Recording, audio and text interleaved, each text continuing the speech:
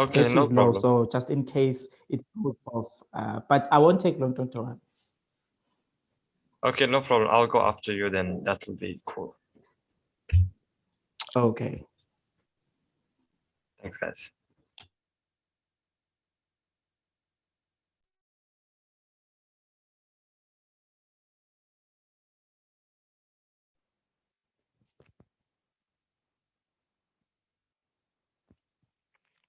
One minute to go. Can everyone hear me? Just want to double check.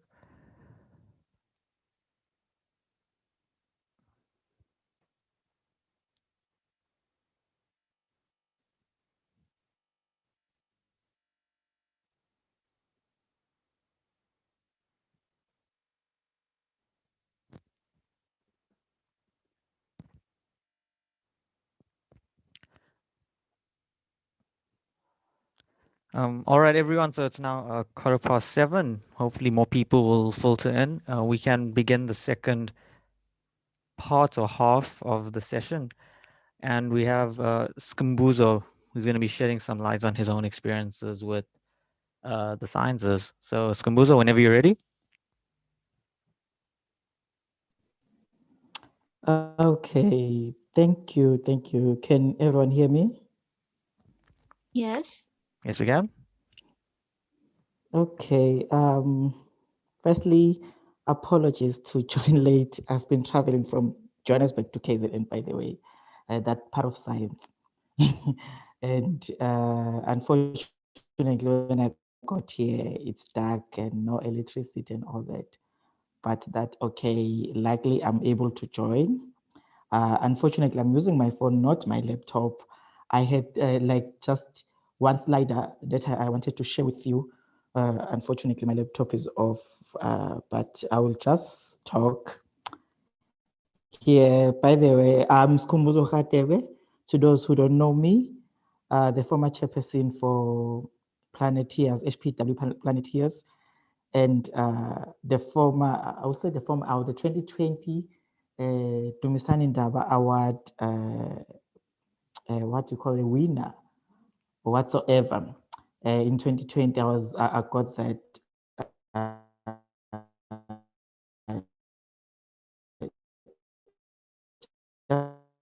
just a small introduction. I'm working as a recruitment case. It was recruitment where I work with different like Motin, Finish, Ajik, So I'm working on that department to do registrations, assist with any South African regulatory things when it comes to registering pest products. So I'm working on that department. Um, Someone will ask, okay, you are working from, you are in a regulatory, what you studied. I did botany and geography in my undergrad at University of Zululand. And after that, I did botany as my postgrad. I continued with it until my master's. So in PhD, I don't know. To tell you the truth, I'm not sure what I want to do in PhD.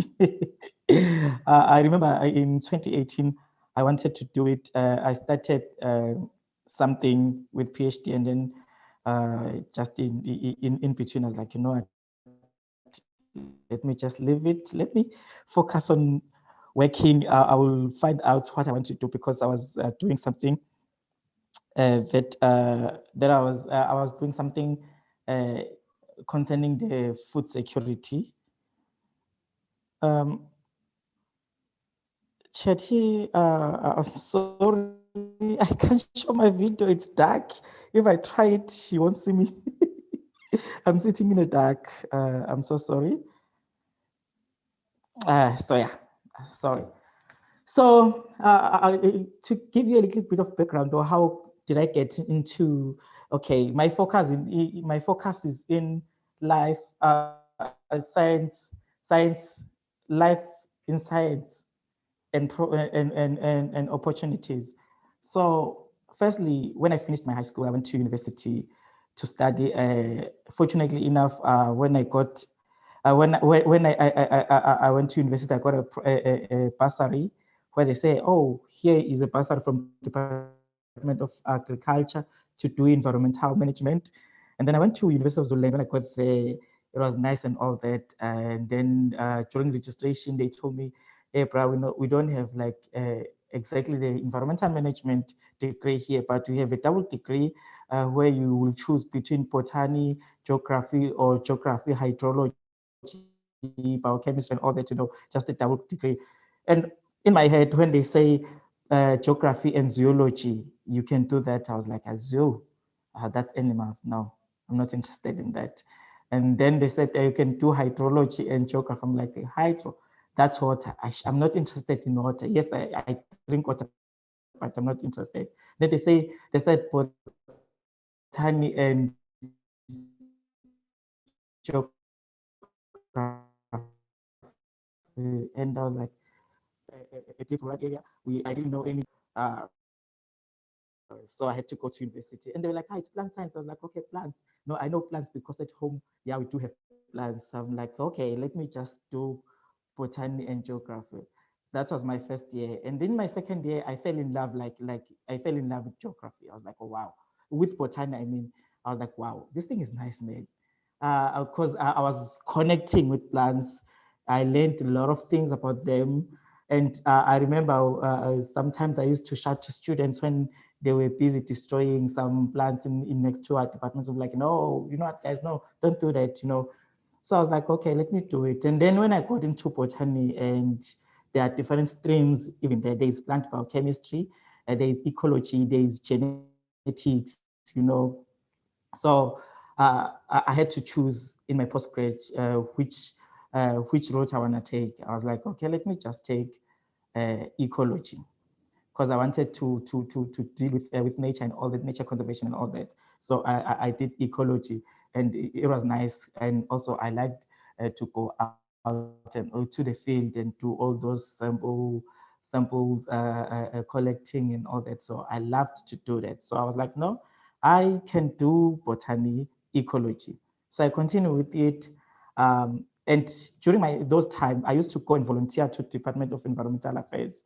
That's where I was volunteering as a waste management as a waste management person. So I was just working there, volunteering, do collections. I remember when I went back to university, that's when we opened the organization, which we call it a Wipe Out Waste program. Lapho besenza khona i-recycling program with my friends, because we used to go, when you go to DH dining halls, you'll find a lot of waste thrown over. I'm like, you know what, we have to take care of our environment so that it will take care of us. So with my friends, we're like, okay, let's open something. Fortunately enough, I was the chairperson for the society, like the Botany Student Society. So I was able to dig in and get into that. And there are so many programs projects that I was running while I was still there. It was part of my community engagement in varsity as a scientist, because I wanted to do something that is different. Because I know they used to say, when you're a scientist, the only thing you just go to the lab, you do your work, you come back, you're tired, you do your books, you sleep. They always say that, you guys, you scientists, you don't have time, you just go to the labs. So I wanted to show people that, what, when you're a scientist, you also have life out of science. You also have life to enjoy science. So I was like,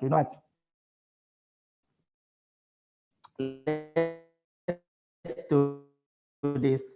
I ran a lot of projects, projects. We did this remove alien plants and replace them with indigenous plants. I was involved in those programs. I love to do that as a scientist, and also as an academia, and also as just a person from the community. So I did that in varsity, and then I finished varsity. Here comes the reality. When you finish high school, you say, Ish, okay, I'm going to varsity. That's where life starts, everything is good and all that. And I was like, okay, you know what? It's varsity. When you finish varsity, you have to start another life. Some people will say that's when stress comes, because I finished my degree early and I looked for a job. There was nothing happening. I was busy volunteering left and right. And then I had to go back to university and to continue study so that I was not going to be bored, because people will be like, you did science. No, most people, they used to say when you do science, definitely when you finish your degree, you'll get a job.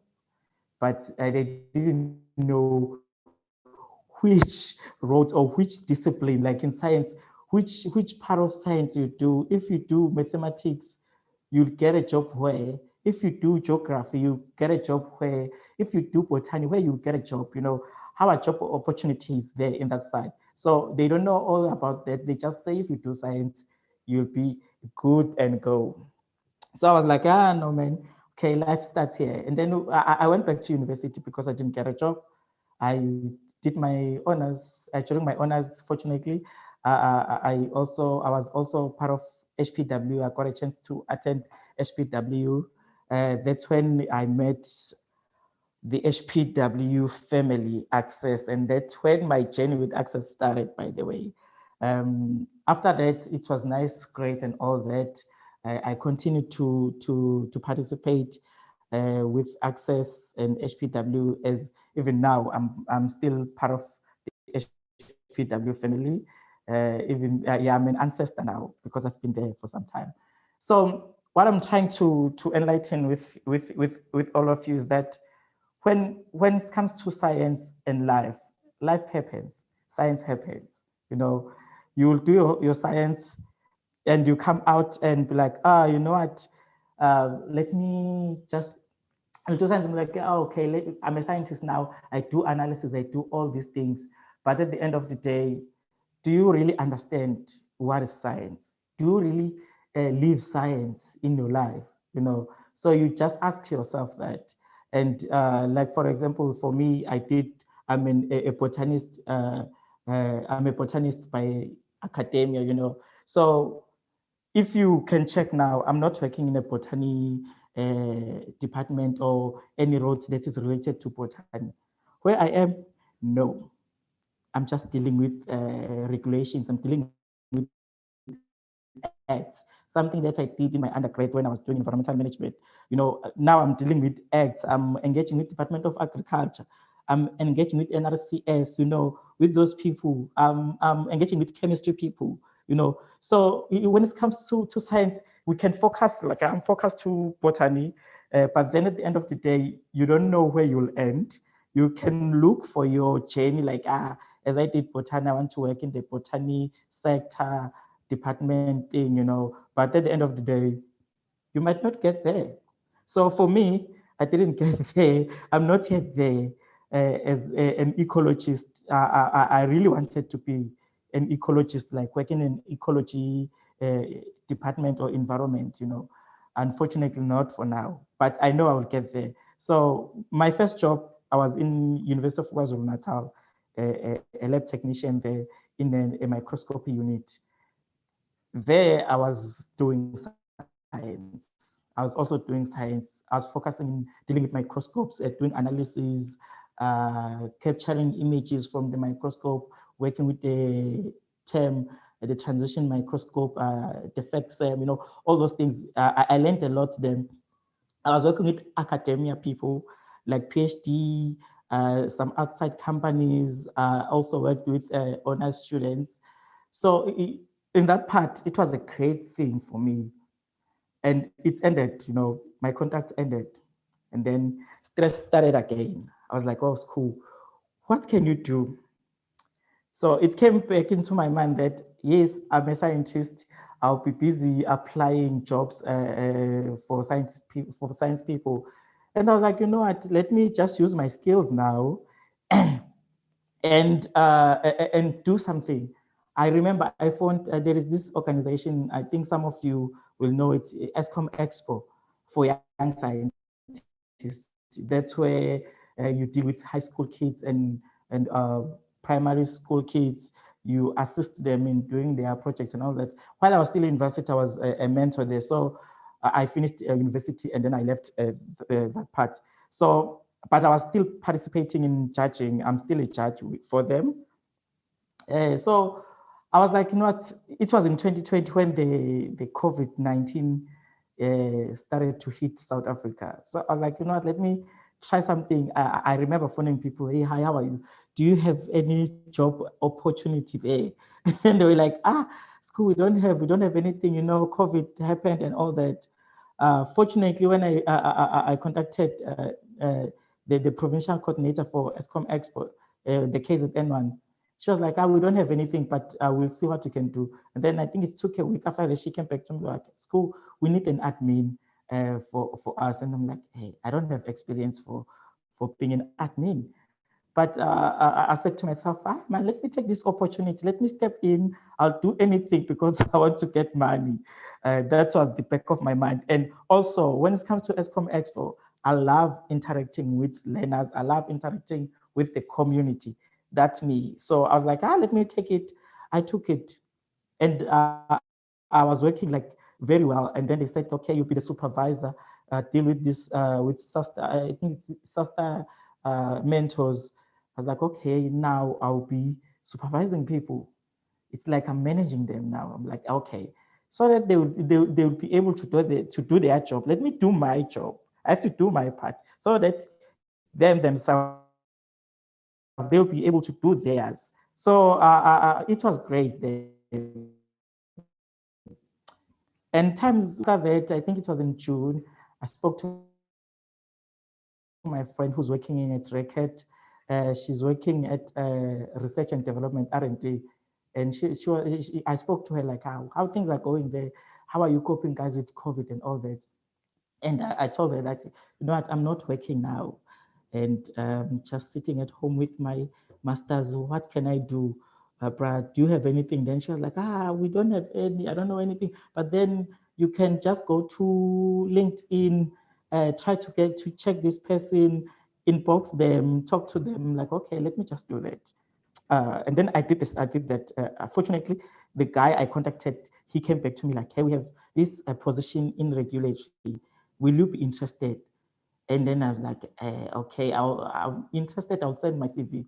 I sent my CV. During the interview, I said, let me tell them the truth. I'm like, guys, I don't have any experience when it comes to regulations and all that. I never worked there. I never done pharmaceutical or pharmacy. I don't have that degree. I'm an ecologist. And then they were like, okay, I will take you, you start, for your 6 months, you spend in research and development just to understand what's happening in the company, learn the basics of the company. And then they took me in, fortunately, and I'm working there. I went to research and development. When I got there, I was like, okay, guys, what's happening here? Most people, they did chemistry, this, chemistry, that, chemistry. And I'm like, I'm a botanist. I don't know anything about chemistry, but I learned, you know. What I'm trying to say on that point is that whatever opportunity that comes in front of you, grab it with both of your hands and run with it. Never mind that you don't have experience into that thing. Never mind that, you know what, I can't do this thing. I won't be able to do this. I always tell people when you see some opportunity, when they advertise something like, they will say, we need someone with a 2 years experience. No, man, take a chance. You'll get something, you know, take a chance, apply. If you know that you do have a background, a small background of that thing, just apply, go there. You'll see when you get there, you will learn something, and that learning will help you to run away, you know. That's how I do things. I just go there. Right now, I'm in a position where I say, you know what, I've learned a lot working with Reckitt in regulatory. I've learned a lot, and I would love to stay in that department. But because I'm me, I'm Skumbuzo Khatebe. I know myself. I don't want to stick into one place more than 5 years, or maybe into one position more than 5 years, to tell you the truth. I see myself being not a director, okay? I'm a director, by the way, in my own company. I have my own company, which is a Tirambasi NPC, where I am a director. I'm working with two of my friends. So if with that company, I'm a director, but I want to be a director in a big company where I will learn that, where I will get those skills, and go with those skills and use them in my own company as a scientist. So that's all. I just wanted to chat with you about that. You know, when it comes to life and science, don't stick to one thing. Don't tell yourself that you know what, I will focus into this. If I don't get this, I'll just give up. No, we don't give up here. We just do things and see when you cross the bridge. So let me not take too much of your time. I think that's all on my side. I wanted just to chat with you. If you have any question, you can just pop it up. Thank you so much. Thank you so much, Scoop. That was fantastic. And it was very candid and open and honest. I mean, oftentimes we always hear of, how some science's trajectories are so rapid and so swift and so direct almost, progressing from one thing to the next. So, it's nice to know and hear the honest reality that at times it doesn't always work out that way, uh, especially in situations where I suppose the groundwork has been set to nourish young scientific talent. But thank you so much, for your openness and your honesty, and it's something everyone can relate to. If anyone has any questions for Scoop, please post them in the chat and get back to them. Maybe have a discussion in that way. Oh, Doctor, nobody has a raised hand. Go for it quickly, please. I'm Scoop. I wanted to ask this. I'm soon set to do my honors, so I wanted to know this part. Okay, I don't know what to pick. I'm interested in both zoology and botany, so I'm a little bit at crossroads. I wanted to ask which field at the honors level can lead you to studying molecular phylogeny, because I think I'm much more interested in that. Because I've been trying to look for the honors program that is in botany that can lead you to studying molecular phylogeny. Oh, okay. Thanks, Dr. Nobody. I think if you can look into genetics, I'm not sure. I don't know, I lie to you, because where I was in the University of Zululand, we have, I think it's 4 streams. It's plant biochemistry, it's ecology, it's genetics, and also, what's this one? I forgot the other one. It deals with medicinal plants and all that. So those are the 4 that I know on my side. But if you can try and check on genetics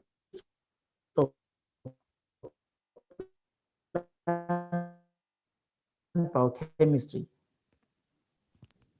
Okay, I'll And definitely if check there's on anyone that. who knows something here, maybe. Yeah. Thanks. I saw that. I think it's Chet who asked when I'm hiring. Uh, I'll hire you soon. Don't worry. Thank you so much, Scoop. Thank you so much, Doctor Nobody. If there are any more questions, please can we direct it to the chat? And I think we're a little bit over schedule. So if Khalid is ready, the floor is open to him to begin his presentation. Khalid, are you here? Yes, I'm here.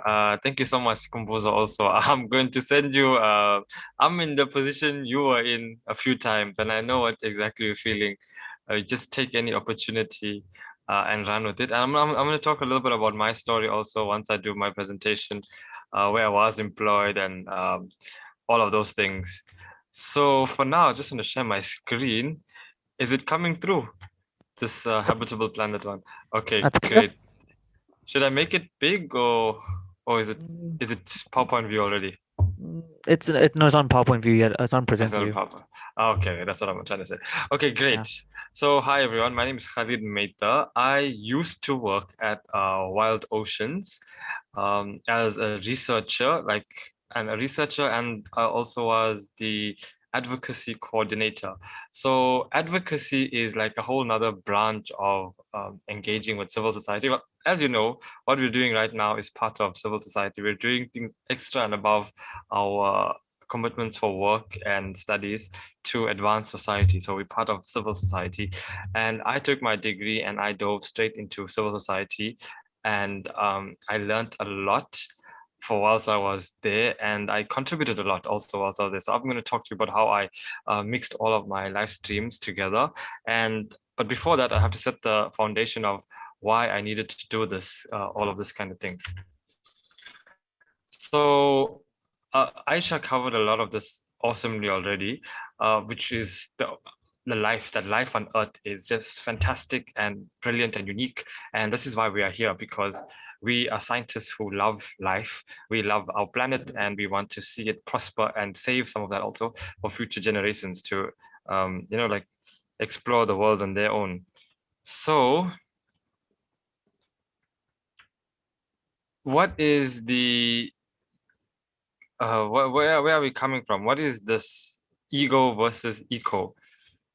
Ego and eco are two ways of managing life in its like complexity. Ecological is looking at all of life in a holistic fashion, and understanding that we are connected to each other and to all other living things, and understanding also that society is built on a functioning ecosystem. So that's where ecological comes in. And economies are based on society, and society is based on ecology. Ecological is the current setup of the world in terms of how the management of ecosystems and society are run. So, oopsie, I went further. Yeah, so you'll see it in the news, you'll see it all over the world. But it's the fashion of where people with power, people who have power, can dictate the flows of economy, ecologies, society, there and that, and like collectively. So there is a disconnect between how we exist in society, exist on the planet, and how we manage the planet. So, and this separation, this disconnect leads to self-centered ideals coming front and center, and they're often justified as some kind of societal natural selection. So we think that people who are extremely wealthy deserve all of that wealth. They worked extremely hard to get that wealth, but we're not recognizing the fundamentally opportunities that they've taken from others, the wealth they've dispossessed others from. It's kind of an inhumane rationalization for how we manage our own society. So currently, we're not doing the whole ecological thing so great. Climate change, which I'm going to talk about, is overriding us. But hand in hand with climate change are things like biodiversity loss and extreme inequality. These big three are the main generators of discontent and havoc around the world. Sustainable society, sustainable development exists in the middle of equitableness, healthy society, healthy environment, and attending to the needs of today's generation in a fashion that's equitable. And equitable means giving everyone at least something so that they can also work hard, giving them the platform to be opportunistic and the platform to help each other. So we see extreme pollution, extreme extreme weather events, and extreme inequality go hand in hand with the way that we're currently managing things. So climatically speaking, atmospheric CO2 is now at like the highest levels it's ever been. Top to bottom, yeah. Atmospheric CO2 is now hitting 50% of what it was at pre-industrial levels. So it's very high. The pandemic, the lockdown caused by the pandemic supposedly slowed it, but there's been a massive kind of reindustrialization, kind of revenge pollution that's boosted the CO2, the particulate matter. So why is CO2 important? CO2, I don't think I have to explain this, but the fact is that we exist on the Earth and liquid water exists. The liquid water is maintained by the greenhouse gases, which trap some of the incoming radiation from the planet on our planet's surface. So this incoming radiation, the shortwave radiation, goes out as terrestrial long-wave radiation. But because of the greenhouse effect, some of it stays in and it allows water to exist on the planet in a liquid form. All that energy is now in overdrive. It's like a lid on a pot.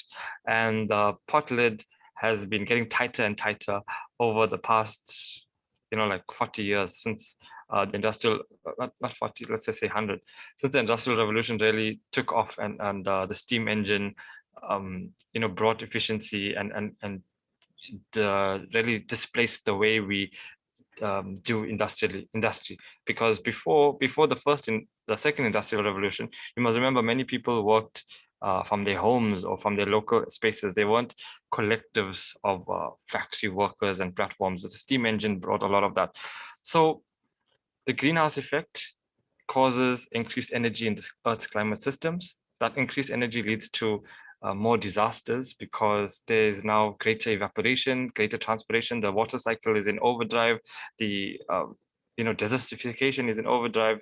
Climate currents are changing. Climate is changing, but also currents in the ocean are changing because of the currents. And then, as Aisha put it, salinity and biodiversity patterns are also changing. Next slide. All right. Ooh, shit. There you go. Sorry, I don't mean to swear. The core of the climate and biodiversity crisis, well, it's based in economics, to be perfectly honest. The economics of the world dictate, that's why I mentioned ego-logical in the forward. The things are dictated by the ego of man. So those in power are in power because they have a lot of wealth. They have a lot of wealth because of generational wealth, because they've dispossessed wealth of others, and they've concentrated and maintained the wealth inequality, which allows them to dictate the flows of power in the world. And this is highly relevant from a North-South perspective, when after the Second World War, there was this petroleum crisis in the global North, and Edward Bernays and his uncle, also Sigmund Freud, enacted something called the neoliberal economic paradigm for the planet, which it's a selling paradigm. It's all about selling, and manufacturing and selling, manufacturing, selling. It's to gain wealth out of a system of an unsustainable system, an unsustainable economic system. So how it works is they lend money from the global North. They lend money to developing nations, which they had a hand in also destabilizing. It leads to global inequality, exploitation, and outsourcing. If you think of the workers in China, which make cheap goods, or the workers in Vietnam or Sri Lanka or Bangladesh or even Africa who work for peanuts and in cobalt mines and doing textiles. So there's low wage work, which leads to low economic spending in those countries. It's cutbacks in social services. Those people can't really afford things like medical aid, real housing, mortgages, paying a bond. Forget about a car. They have to take donkeys and taxis and buses. So the arm of the state is also very disproportionate because the economic forum, not the economic forum, the global economic powers kind of give the states money, developmental money, but the separation of economic classes occurs where you got your bourgeois getting very rich, and the politicians and the very wealthy in countries, like even in South Africa, they belong to those spaces, and you have the masses getting poorer and poorer. And that leads, and then the state then will enforce like very strong regulations and policing onto the people who rebel from extreme poverty. Like in KZN, there's a rebellion that happened recently against, it's one of the contradictions of neoliberal capitalism. People endure poverty for so long that they become so desperate that a clawback happens. There's like an uprising of desperation that people claw back wealth. And this is that happens on a cyclical basis. It's called a boom and bust cycle. It happened in the .com crisis. I can go on and on about this, but if you want to just take away some good words from here, it's go and research what's neoliberal capitalism and understand the boom and bust cycle that ferments in the world. And bringing it all back to the climate is that neoliberalism has enabled globalized exploitation. So in the ocean space, you've got your oil and gas industries, which they drill up oil and they create plastic, because plastic itself is a form of hydrocarbons. They also responsible for the massive pollution that happens.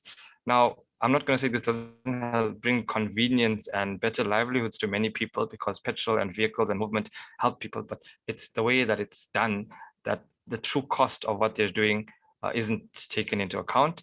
And if you really want to know the true cost of natural disasters, go look at who is most affected by the intensification in natural weather systems, the floods and the droughts and the firestorms and stuff like that. It's the poor who are at the forefront of that. So whilst it brings convenience to some, it also brings crisis to many. But it's so integrated in all of our lives. The petrochemical is petroleum and chemicals. It involves refining, the extraction, refining, distribution of the petrol and this kind of these chemicals and these petrols from the ocean. It's so ingrained because we use plastics in nappies, we use petrol, in paint. Bitumen in our roads is come from petroleum. The makeup, there's benzene in it that also has found the products of petroleum. Our cleaning products, it's found of the petrochemical industry. We use those chemicals that are derived from hydrocarbon fracking. Then there's also other industries which have become globalized, also add to the climate threat, like agro-pharmaceutical. Pharmaceutical industries and agricultural companies are now hand in hand. So Bayer recently bought over Monsanto, Bayer, which makes our pharmaceutical things, and they all about efficiency. How can we grow cows and chickens faster? How can we grow crops faster? Not to feed people, how to make more profit. And this kind of profiteering, which is what I spoke about initially, this capitalistic profiteering drives the climate threat, because you deplete the soils faster. You have to extract more hydrocarbons from the ocean to do the Haber-Bosch process, and then you have to get nitrogen-rich fertilizers, which also change the soil nitrate concentrations. Cows are systematically, the dehumanization of the livestock in our world. It's part of the psychological effects that this all has. Then lastly is the military-industrial complex. So the global north maintains this kind of vice grip on the rest of the world to not topple the systematic exploitation that happens, because they are very strong in military weaponry and advancements and technology. So it's all very depressing. It's all very depressing, the way everything is interconnected and adds to the climate threat, because that just will protect oil lines, and they'll protect chemical assets, and they'll protect the industries in Africa. Like I don't want to name oil and gas companies now, because they might come after me someday, but they protect the assets abroad with the same weapons and the industries that they create. I wanted to just shine a light on I want to shine a light on here, because I've played a role. This is how I got into wild oceans. I got into wild oceans commenting and understanding the intricacies of how the global powers are manipulating resources in other countries. And I wrote a couple of articles in the Daily Maverick about it, about oil and gas exploitation and how poor people never see the benefits of it, blah, blah, blah. And that got me noticed by Aisha's boss, Dr. Jean Harris. I was working as an intern. I got an internship with WWF to work at a landfill and do just landfill rehabilitation and ecological work. As Kumboza, we're still around. It was great for a while, but it was an internship, and the internship was kind of coming to an end. And then Dr. Harris took me into wild ocean, because just like you, I did well in my studies. I was also a Habitable Planet alumni ancestor, and I had this confidence that what I was saying was right, and it struck a chord at the time in wild oceans, that someone is actually unraveling the science behind all of this. I remember once I used GIS, and I created a map of I wish I could find it. I created a map of marine protected areas in relation to one of the oil discoveries that they found off the coast of South Africa, and it was like very close, within 60 kilometers. So that was a bad place, because if any oil spill could happen, it would affect the marine protected area. And Dr. Harris and Wild Oceans, they thought I love marine protected areas. I do, but it wasn't my only passion. And again, I worked at Wild Oceans for 4 good years. So anyways, back to the plastic and oil enterprise. Plastics also come from oil. We extract oil, refine it, and the refining process itself is also chaotic, because if you're in Durban South or near Durban, you're living near those oil refineries and your health is compromised. The people, they have much higher levels of leukemia and cancers and respiratory diseases, because they're living around that industries where SAPREF engine, all the refineries are operating there, that they're doing the oil refining at, and the particulate matter and explosions and the vibrations of the trucks and the dust affect the people there. And so that's just one aspect which is negative. The climate crisis is directly related to the burning of the hydrocarbons, and the plastic crisis, the pollution crisis, is directly related to the source, the end product. And the pictures show that. in other news, plastic leachate. So I wanted to bring a bit of science also into the presentation. So I got this paper, which shows that the plastic, when it gets weathered by sun, the UV radiation, the wind, the water, whatever it does to it, it leaches the plastic hydrocarbons back into the environment. And we see that plankton are being adversely affected. Phytoplankton specifically. Phytoplankton are like the plants of the ocean, and they do photosynthesis. Because they're doing this photosynthesis, they absorb a lot of CO2 and they produce oxygen. But we're seeing now that this is having a negative effect, plastic, on them. All right, and so another thing that another aspect of science which I use to push back against the oil and gas enterprise, the oil and gas explorations in South Africa's ocean, were this paper on what was happening to choka.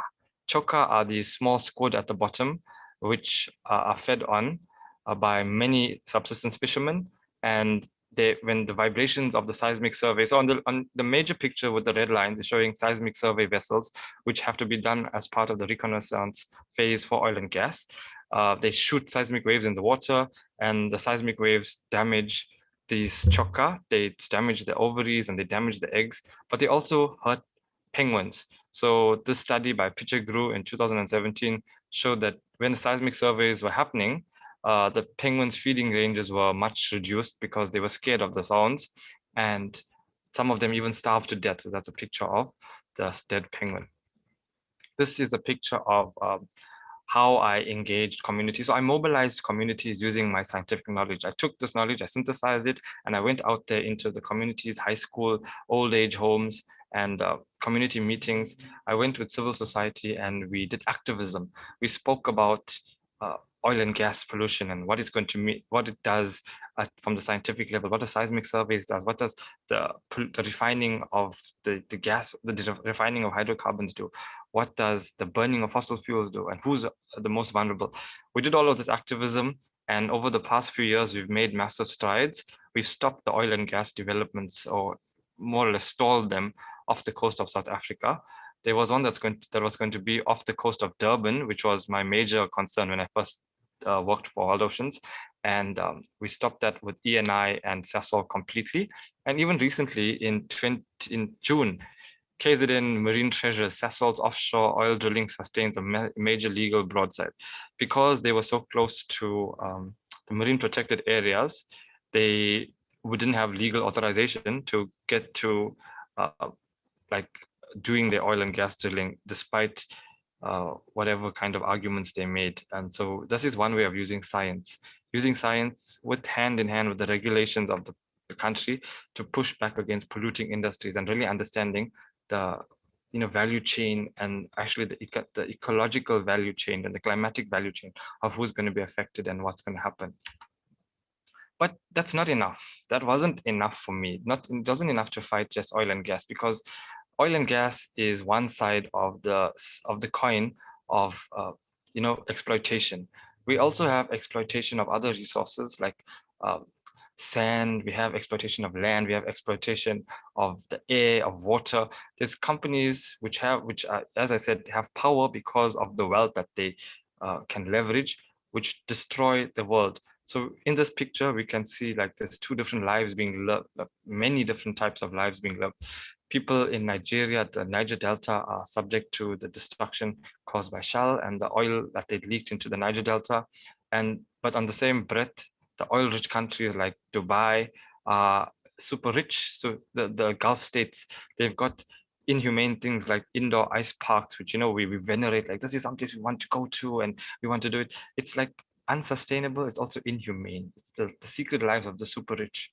And as Balbasar says, infinite growth fueled by capital accumulation on a planet of finite resources is unsustainable. And how can we go to sleep as a human being, as an ecologist, as a scientist, knowing that we are not really tackling the problem at the root cause, which is the exploitation and the scarcity. So scarcity is what's caused by this neoliberal capitalism. It makes us all desperate to do whatever that we can. And I'm in that position right now because I'm not working. Well, we'll get to that story maybe in the Q&A. But like Skimbozo, the youth face every sort of crisis magnified upon us because there's so many of us. We're so qualified, we're so passionate, but there's no opportunity because those opportunities and the wealth is concentrated in this bourgeois class. So the youth face scarcity under capitalism. The school systems, we have no education, but we have education, but little access to opportunity. The property system, we have no jobs, so there's no way we can create or buy capital. Then the wealth leads to the power dynamics in society. Without capital, we have no voice in society. So the youth are perpetually voiceless. So this is what scarcity is. And then we are not helping each other, but climbing over each other. And there's many other groups which suffer additionally from scarcity, and I listed some of them here. It's women, it's youth, as I said, the poor and the marginalized in general, and then they face extreme scarcity. They clap back, they rise back to the occasion, and like the looting.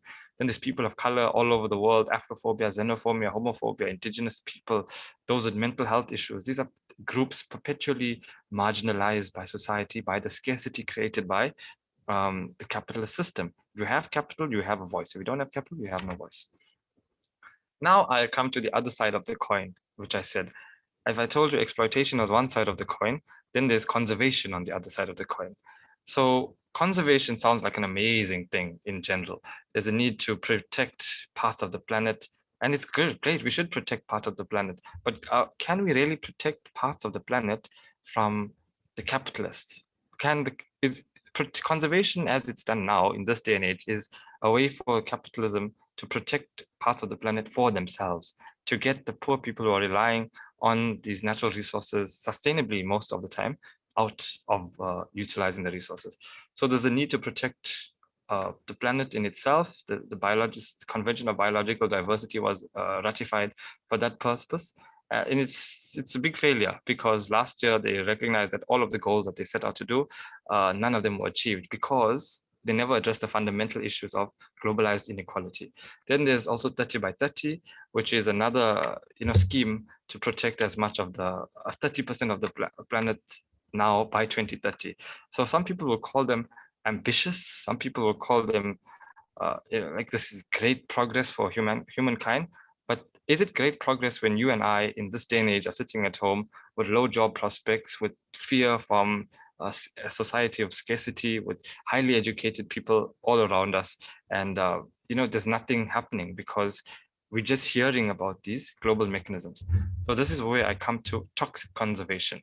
It's a type of conservation which is protecting part of the planet for the sake of protecting it, but not in inclusive fashion, not to create opportunity, not to, and this is also like a fundamental reason why I'm not with Wild Oceans also, but I don't want to talk too much about that. That can leave that for the Q&A. So to protect nature, bring down the walls of fortress conservation. You can't promote something that's going against the mentality of, you can't promote something that's going against the mentality of being humane. So humane conservation would include people, but because the state wants to look good and scientists who are not really conscious of what their conservation narrative is, push for this heavily enforced, fully protected spaces, you get this disconnect between conservation and people.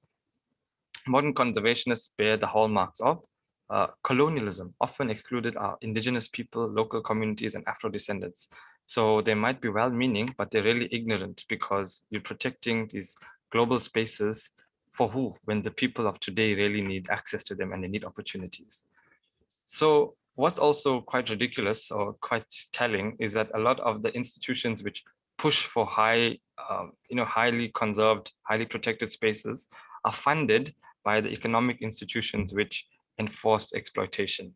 So the World Bank, the World Economic Forum, the IMF, etc., they are directly related to a lot of these conservation initiatives. So High Ambition Coalition, the Leaders Pledge for Nature, Nature Conservancy. I'm not making this up.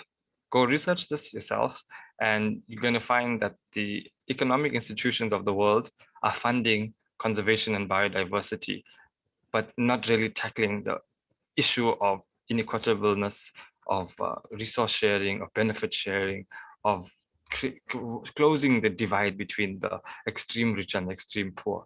In fact, it's getting much worse We're seeing the billionaire space race. We're seeing, you know, we don't have to look far. We're looking at the poor becoming so desperate they're eating cakes in Checkers. We're seeing them looting because it's just desperation and scarcity that's going all over.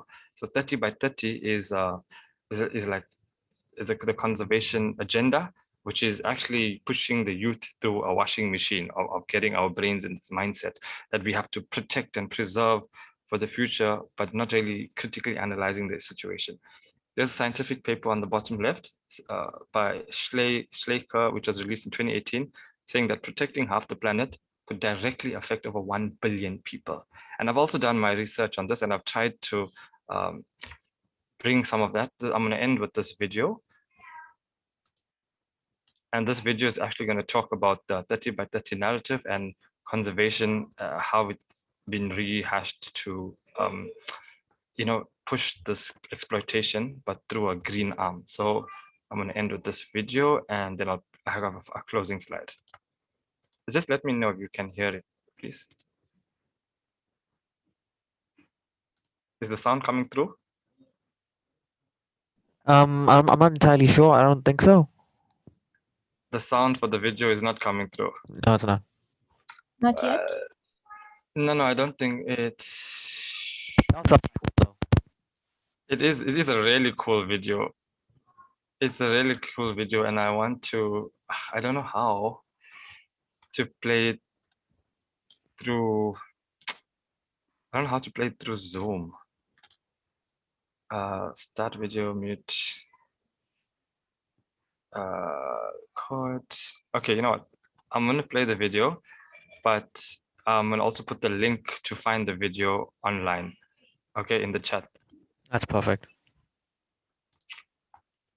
Sorry about that, guys. I really wanted to play it with the sound. It's like Nimo Basi is a conservationist from Africa. He's an activist from Africa, and he's been the author of this video, and it's really amazing. Ugh. How many times am I starting this thing? I'm so sorry. It's okay.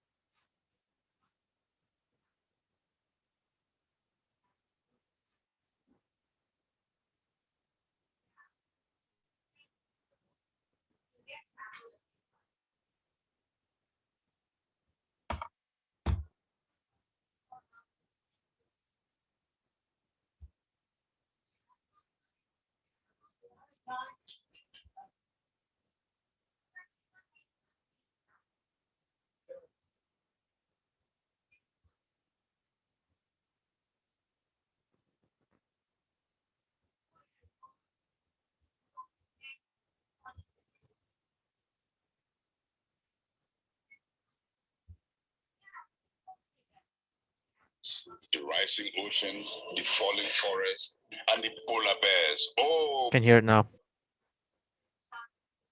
Yep. Indigenous peoples live with nature. We make landscapes you think what? Raped, beaten, shot. That story not taught is known by just too few. Not again. Another monstrous mess. Indigenous peoples live with nature. We make landscapes you think wild. We nurture them by far the best. That's our address. Your protected areas, our hopes, our living by sustaining hand.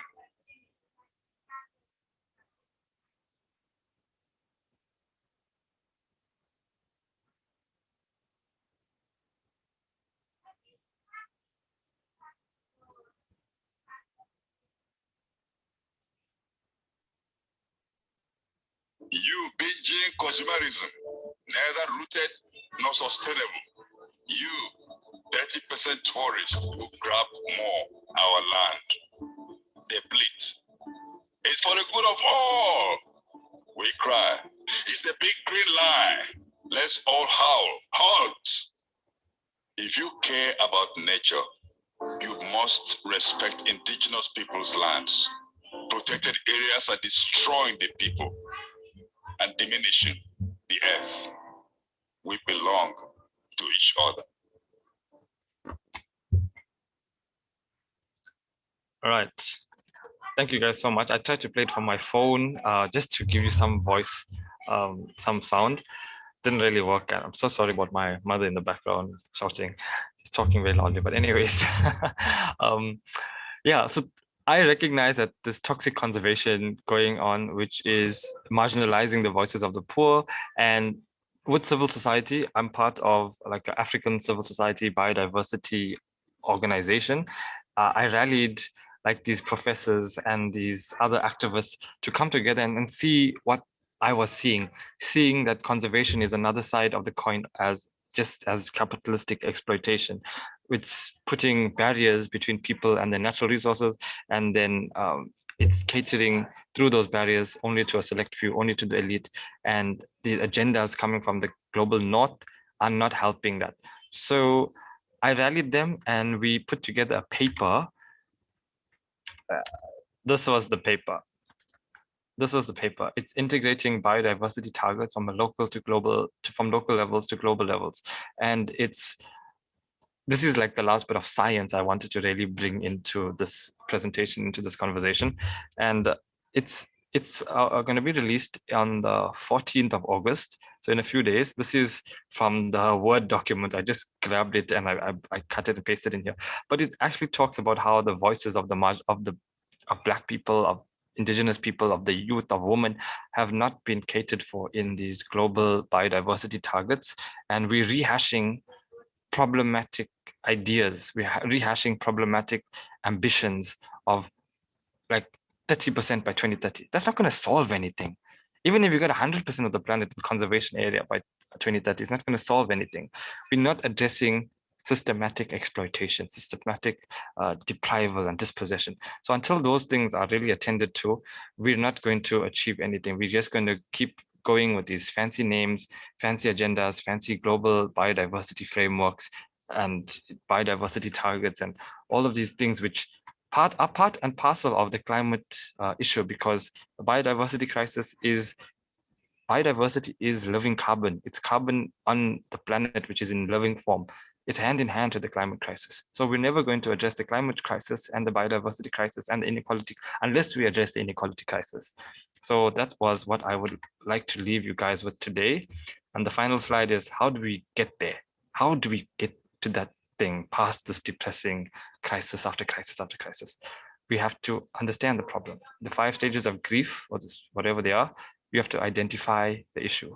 Then you can attend to it. So without people even identifying that there is an issue, we're never going to be able to attend to it. These are just some of the great resources which I used. The Conservation Revolution, if you're interested in ecology and biodiversity issues, read this book, The Conservation Revolution. It is fantastic, and it outlines how the climate crisis, how the biodiversity crisis is linked to exploitation. Then also inform yourself, be a critical thinker. Every time someone's telling you something's good for the environment or for biodiversity or for the climate, be critical about it. Like really interrogate, where do those natural resources come from? What's the waste streams? What is the value chain? Understand what's OECMs, other economic, other conservation measures. Sorry, I forgot what the E stands for, but it's part of conservation and it's not a heavily protected area.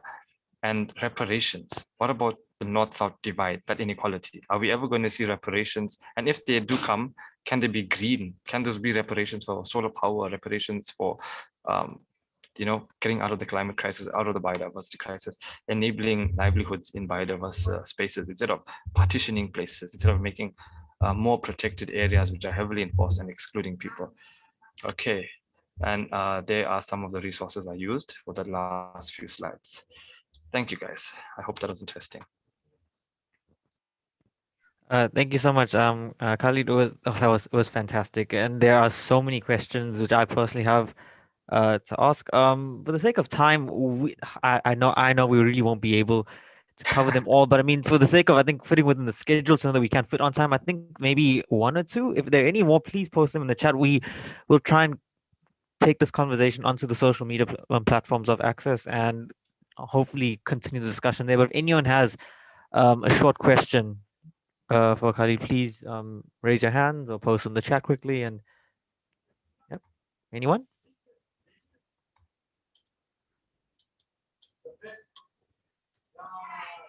There was definitely like a bit of an ongoing conversation taking place within Can't the see the chat. chat. That's the thing. Yeah, during the course of the presentation, there was an ongoing conversation which took place.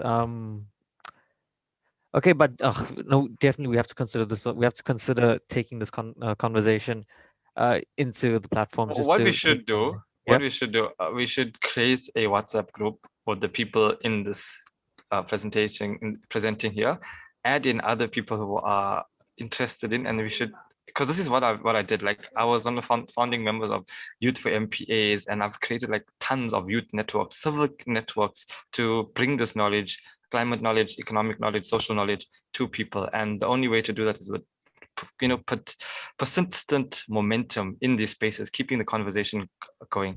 So you've got my email address and my LinkedIn and my Instagram up there. Shoot me a message sometime, and maybe we can add you to a couple of the groups, or we can create our own group. We can do perfect. whatever. Yeah. I'll definitely be in contact with you. If anyone has any desire or interest in joining in on this, I suppose please provide your necessary details in the chat, and then we'll include everyone who's interested. Okay. Thank you so much, Khalid. It was a fantastic presentation. Absolutely fantastic. As I said in the chat, as I said in the chat, if I wasn't the host and had to uphold a certain sense of decorum, I would be waving my arms right now because I've got so many things to say on this. Good. Okay, and when we do that, I'm going to send the video to that. I'm going to send you the link to the Nemobasi video on 30 by 30. Okay. All right, perfect. Cool. Okay, so now on to our last speaker, who was supposed to be our first speaker, but owing to technical difficulties, she is now our last speaker. We have Samantha, who has a pre-recorded lecture or presentation on her own experiences. So let me just share the screen for her. Well, share the screen of her presentation. Can everyone see it?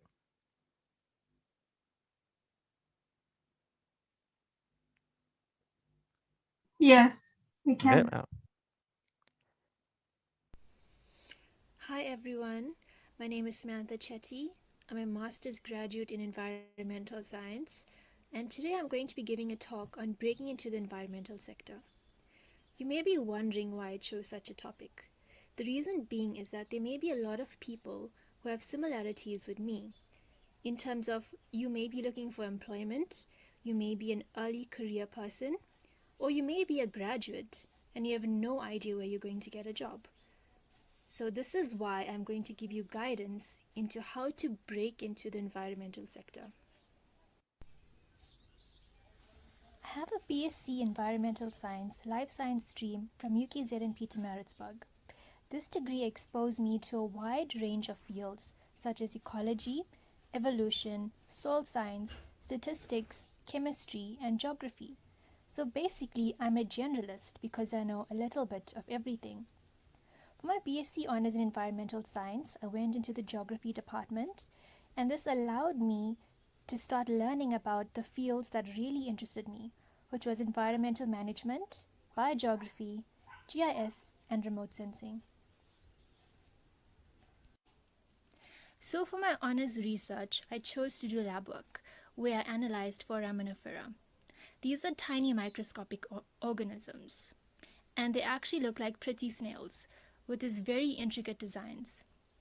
What we did is we took soil cores from a mangrove environment in the intertidal zone. The intertidal zone is basically where the shoreline is. We ran a transect perpendicular to the shoreline and we sampled at intervals. I identified the different species of forams which are actually related to different intertidal zones. What that means is that I may find a certain species further away from the shoreline, I may find another species at the shoreline, and a different species in the water. Here are a few images that we took out while we were doing our fieldwork in Mtunzini. You can see on the right we have ran our transect from the water through the roots of the mangroves to the mangrove trees. You can see these two very strong guys taking the soil core. But don't be fooled, we were also very strong as women. I just didn't show you the evidence. Here is a soil core that we extracted from the ground. If you look on the left-hand side, you will see a diagram which shows you the depth in centimeters. What this is also representing the soil core. And if you look at depth 0 centimeters, that is the top of the soil. So you'd find all of the forams and the soil today present there. As you go 10 centimeters, 30 centimeters, or 60 centimeters further down, it will represent going further down in time, maybe 100 years, 200 years, 1,000 years ago. So as you go further, it gets older. Here are a few images that I took while I was doing my lab work. So using the microscope and using the camera in the microscope, I took images of different species. And to be honest, it wasn't very easy because there's quite a bit of decomposition that occurs in mangrove environments. So sometimes I would see a stone and it would look like a foram, or I would see a foram and it would look like a stone. So it really wasn't very easy. However, what I did was I followed the basic shapes of forams, which is on the left. If you look at the picture on the right, you'll see a large shell. That is called an alphidium. If you look closer, you'll see there's quite a lot of alphidium, which is exactly what I found. A lot of alphidium. So I spent many months in the lab. I did a lot of hard work. I analyzed and I wrote my mini dissertation. What did it mean? Basically, you can reconstruct sea level change. And why is this important? Because those changes equate to how the Earth has changed in terms of climate. So it is a very brilliant tool to go back hundreds or even thousands of years back to see where the sea level was higher or lower than today. On a grander time scale, you can also relate this to ice ages or warm periods. So with other research working in conjunction, you can figure out what could have caused those changes in sea level, which is very interesting. The value of research. Is it worth it? Yes, but only if you are actually passionate and you have chosen something where you are genuinely interested in it and you want to answer a question and you are keen to do the work. Remember, this is a commitment, either 1 year or 2 years or 3 years of your life. So you need to be prepared. It is not easy. Is postgraduate worth it for everyone? In my opinion, no, unless you are interested in academia, then PhD is the way to go. However, I do suggest doing your honors. If you've had enough of studying, go into the workplace, go volunteer, travel, take a gap year, indulge in your hobbies, do whatever you need to do, because when you decide to study for your master's or PhD, you know that you will choose something that you really want to do, and you genuinely want to do something. What is out there for graduates? I want to say jobs, but then I'm not really sure. So what we have is a lot of people or graduates waiting for a job or looking for a job. And what we actually need is innovation. We need people willing to create their own jobs. You have to use the knowledge you have gained to create something. Your degree has given you many skills. You have writing skills, you know how to analyze data, you know how to use different software, you know how to present. Those are skills that you can carry with you in many different jobs and creating your own one. So how do you create your own job? It is $1 million question, and the answer, if it's something that you want to do, is actually within. If you cannot get a job for years on end, it is something that you might want to look into. So do you upcycle furniture? For me, probably not. So you need to look at what strengths do you have. What are you passionate about? What do you find yourself doing when you've got a lot of spare time? What do you enjoy doing?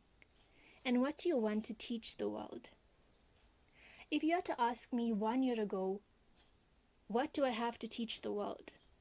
I would have told you nothing. But that's not true. I have a lot to teach the world, and I love doing it.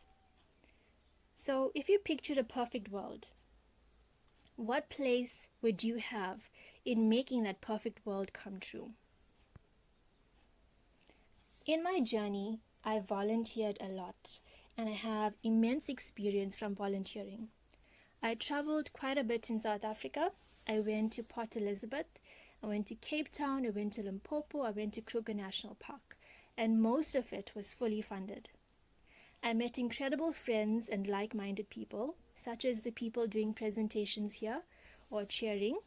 I've been a part of organizations such as Access, Benguela Current Convention, African Youth Waste Network, IASA, and Youth for Marine Protected Areas.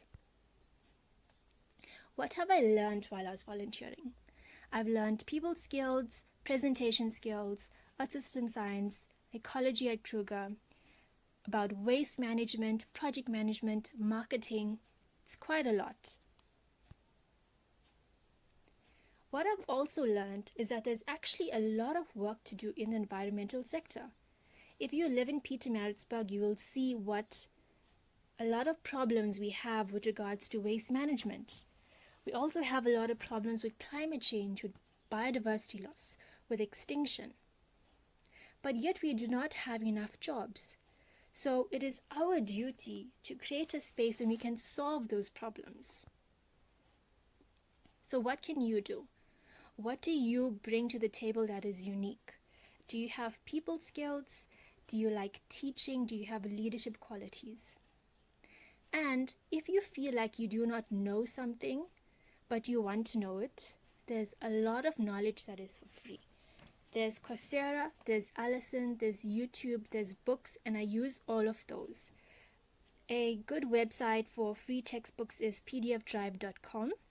And a few days ago, I enrolled into a veggie garden and soil course at Activate Academy, and I'm very excited to start and grow my own veggies. This is another example of a course that I enrolled in. It's a ISO 14001 course at Allison. This allows you to access the information for free. The certificates are not free. However, I think the information is more valuable. What do I do currently? I'm an intern at the Department of Economic Development, Tourism and Environmental Affairs. Internships can be extremely valuable to provide you with experience and to network you with people. However, they're not always very valuable. Sometimes you'll end up doing a lot of admin, and that will be your best friend. So it is your job to build relationships with people, to volunteer, to directly message people, and to get experience somehow and somewhere.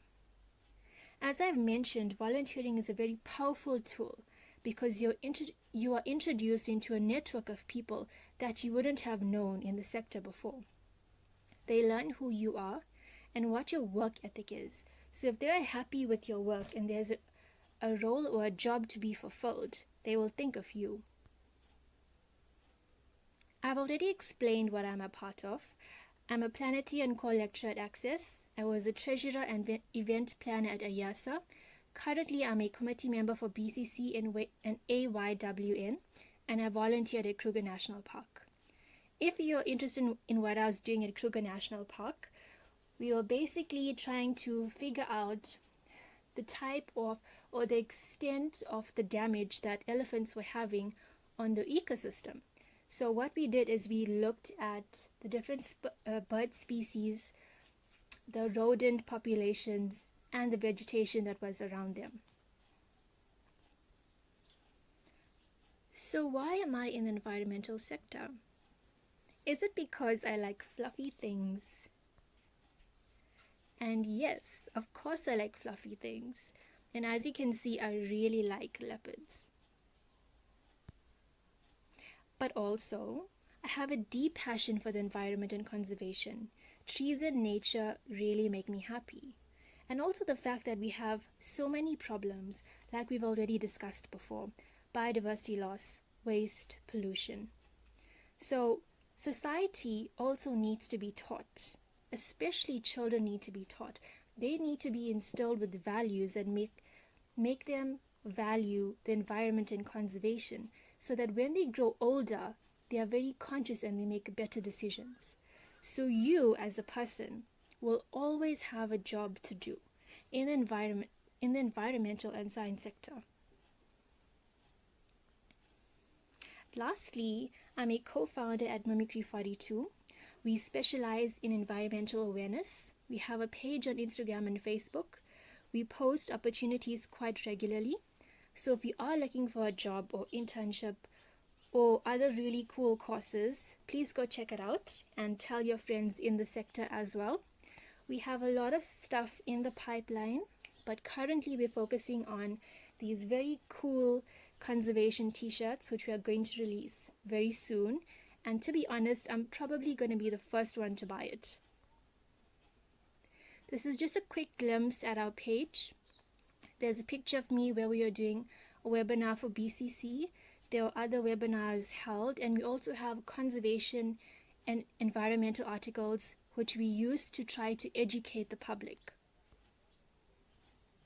This is a nice collage that I did a few days ago, where you can see me in the bottom. I was at HPW, we went zip lining, I was sitting on a mountain at Kruger National Park.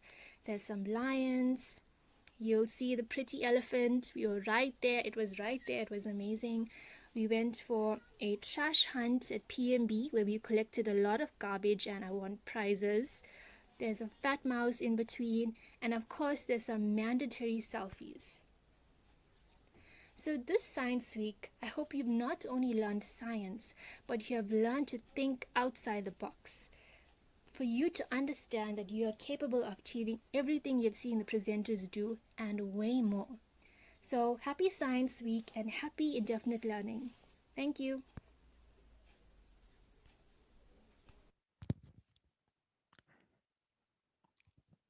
All right, thank you very much, Samantha. Does anyone have any questions for her?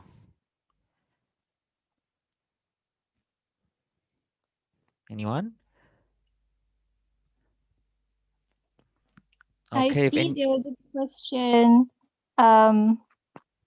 There's a question from Knox about where do I get the time?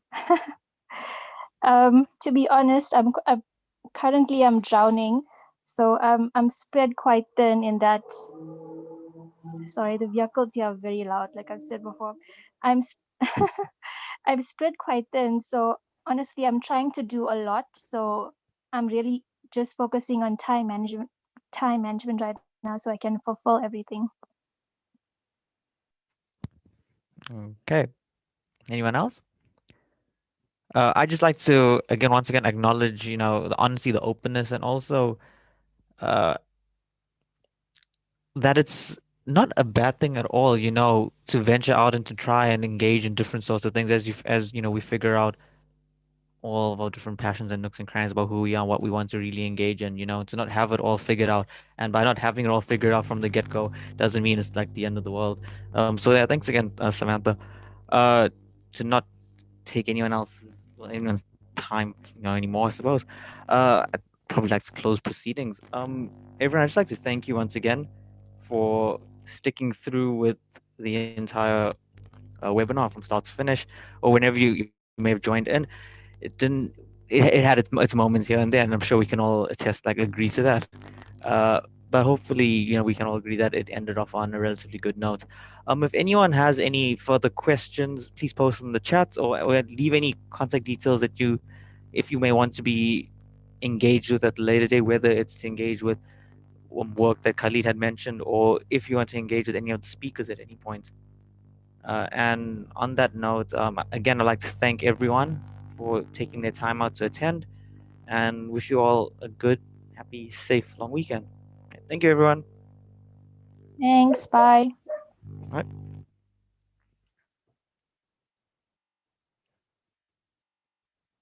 Thank you, session. Thank you, HPW. Bye.